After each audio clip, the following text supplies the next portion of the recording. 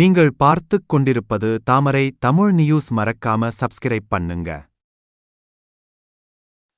மத்திய அரசை கண்டித்து மனிதநேய மக்கள் கட்சி சார்பில் கண்டன ஆர்ப்பாட்டம்.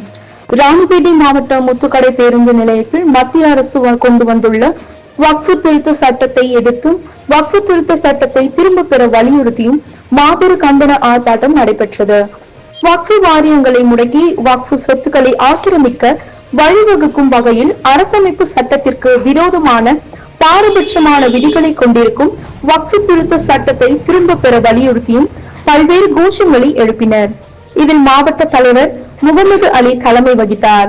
மாவட்ட நிர்வாகிகள் முன்னிலை வகித்தனர் மற்றும் விடுதலை சிறுத்தைகள் கட்சியை சார்ந்த ரமேஷ் கர்ணா, காங்கிரஸ் கமிட்டி தலைவர் பஞ்சாட் சரம், தலைமை செயற்குழு உறுப்பினர் ஆசாத், வழக்கறிஞர் ஆவடி அசீஸ் மற்றும் கம்யூனிஸ்ட் கட்சி மாநிலம் மற்றும் மாமக நகர ஒன்றிய நிர்வாகிகள் என 500க்கும் மேற்பட்டோர் கலந்து கொண்டனர்.